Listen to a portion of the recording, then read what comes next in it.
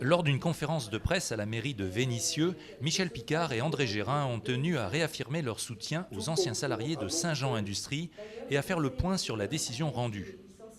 Après avoir été licencié par l'entreprise début 2009, le Conseil des prud'hommes a donné raison à une trentaine d'anciens salariés, considérant ces licenciements dépourvus de causes réelles et sérieuses.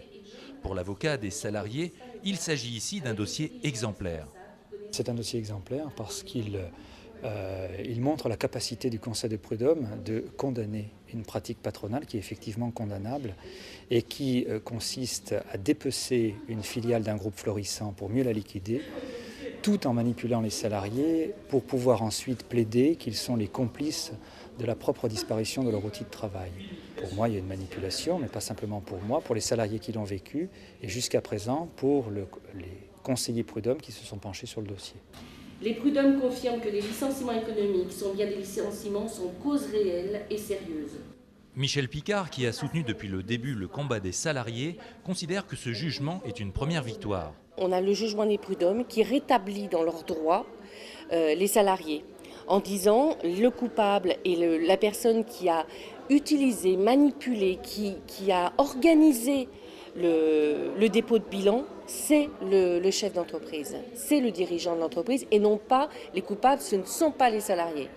Et c'est la première fois en plus que ce genre de jugement est rendu. Il est rendu aussi au niveau du jugement des prud'hommes par des personnes qui représentent le patronat.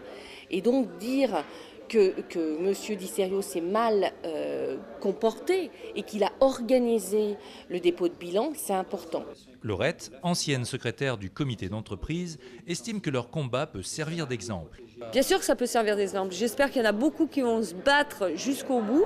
Parce que moi, c'est vraiment un combat là. C'est un combat que je vais mener, mais alors vraiment jusqu'au bout. Parce que je veux qu'on reconnaisse qu'on a été manipulé, qu'on a eu affaire à un patron pourri, voyou, manipulateur. Et je veux qu'on reconnaisse quand même que l'inspection du travail n'a pas été correcte avec nous. Mais pas du tout correcte. Et ça il faut à tout prix qu'on le reconnaisse. Parce qu'il faut bien se dire que nos machines sont toutes parties en Croatie, ce qui n'est pas normal.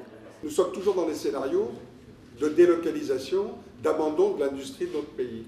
Donc on a vraiment une situation tout à fait exemplaire. Donc on nous a présenté cette reprise par Saint-Jean Industrie.